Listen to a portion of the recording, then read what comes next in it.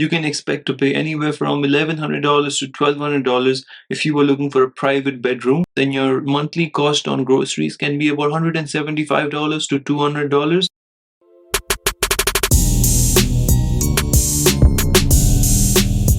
Hello and welcome back to another episode of Talks with Jinesh. In today's episode, we're going to talk about the cost of living in an expensive city like Toronto. Toronto is the largest city in Canada and it's known for its diverse cultures, friendly people, and a thriving economy. However, with its growing popularity, the cost of living in Toronto has also gone up. In this video, we'll explore the different factors that contribute to the cost of living in Toronto and give you a comprehensive idea of what it takes to live in this amazing city. To begin, housing is going to be the number one factor in your cost of living. If you are coming here as a student, you can expect to pay anywhere from $1,100 to $1,200 if you are looking for a private bedroom. And this is for areas that are most in demand, such as the downtown areas or the university areas. This rent will also include all of your utilities, and sometimes, depending on building amenities and location, utilities are shared between the roommates. For example, if there are apartments that offer gym and also swimming pool within the building itself. So now, because of these added amenities, the rent is more, which is why now the utilities are going to be shared by the other roommates as well. If you are on a budget, going a little bit further towards the greater Toronto area can help you find a room. Let's say in a city like Brampton, you can find a room for about $450 to $500 on a sharing basis. The only disadvantage of going towards the GTA areas while your school is in Toronto is that now you'd have to leave a lot earlier to get to classes, and if you're leaving around 5 o'clock to go back home, you'd have to face the rush hour. So it can take you anywhere between an hour and a half to 2 hours just to get home. By the way, if you're enjoying this video, then please give it a huge thumbs up, subscribe to the channel for more videos like this, and leave your thoughts in the comments. So that was for the student accommodations. If you are coming here as a family or as a couple and looking for your own private unit, let's say for a one-bedroom unit, then you can expect to pay anywhere from $2,000 to $2,300. And usually the utilities are separate when you're renting out the whole unit. So utilities you'd have to pay on your own as well. Internet is separate as well. A two-bedroom unit can be anywhere from $2,800 to $3,200, depending on building amenities and location. You can find a little bit more or a little bit less. I know this is pretty expensive, but again, this is Toronto. And if you're looking for a more affordable rental unit, then again, going towards the GTA areas can help you find better rates. Next up is transportation. Toronto has a great public transit system, with TTC being its most prominent provider. The cost of a monthly pass would be around $160 for an adult. This would include unlimited access to buses, streetcars, and subways. If you were coming here as a student and you can provide a registration letter from the university to TTC, then they will give you a student pass for $128. The one good thing about TTC is that it's so well connected that the buses come very frequently. Subways are also every few minutes, and I've not even felt the need to get a car of my own here because it only takes me 10 minutes to get to work. On the other hand, owning a car can get very expensive here, especially if you take into consideration all of the costs that go into it. If you're buying a new car, then you're paying the monthly EMIs, installments, then you're paying insurance on top of that, you're paying for gas, you're paying for maintenance, etc. There is also the Toronto Bike Share, which is designed to provide affordable transportation options for people who live in Toronto.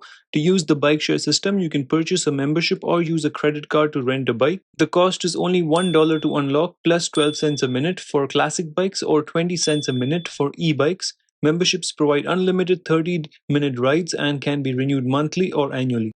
When the indicator here turns green, then the bike can be unlocked and taken out of the dock. When putting the bike back, just make sure that the red light turns on. This will ensure that the bike is safely docked. The next factor is food. Toronto has an excellent food scene with a diverse range of options for every budget. It's always easy to find great quality, fresh food in the city thanks to the local restaurants and the diverse international supermarkets. If you like to cook your meals home every day, then your monthly cost on groceries can be about $175 to $200. And you can do your grocery shopping in places like Walmart, Sobeys, and then there's also No Frills here, which is really affordable. They have the best prices compared to other supermarkets. If you are really busy and you can't take time to go to the grocery stores to get the groceries, then taking advantage of other convenient methods such as online deliveries can be of great help. One such platform would be Instacart.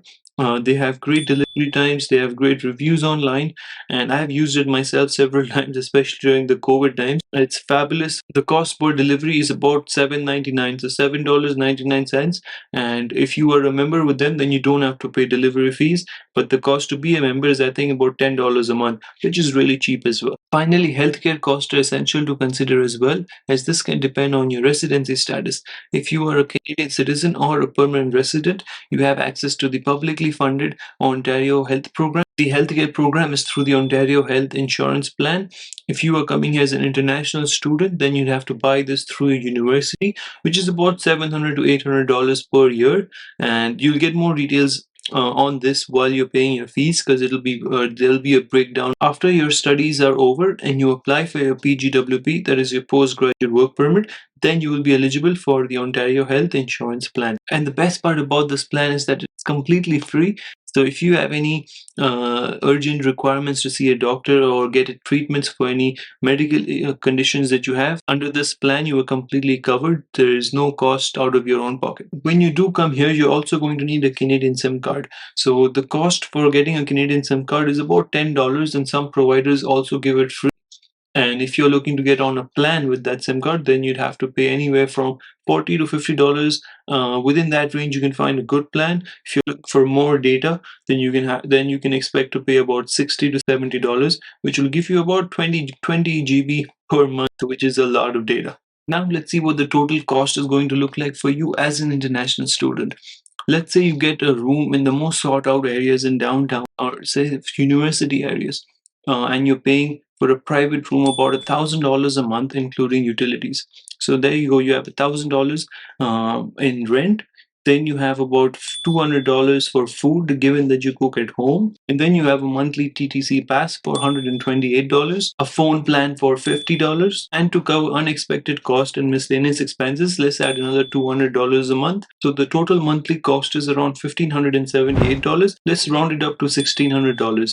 So this is going to be your monthly cost as an international student coming to Toronto. Now, obviously, there can be a lot of adjustments made. If you go to live on a sharing basis, your rent reduces drastically. And then if your unexpected cost remains low, then again, you're saving there. If you get a better phone plan, then you can save money there as well. In summary, living in Toronto comes with significant cost. And while it's important to acknowledge the expenses and create a budget accordingly, Toronto offers plenty of benefits that come with a high quality of life, a diverse cultural community, and it's essential to make cost effective decisions and seek help when needed. Thanks for watching, and don't forget to subscribe to this channel for more videos like this. Drop your thoughts in the comments and give this video a huge thumbs up. You can also share this video with people you think may benefit from this information. I will see you in the next episode. Thanks again.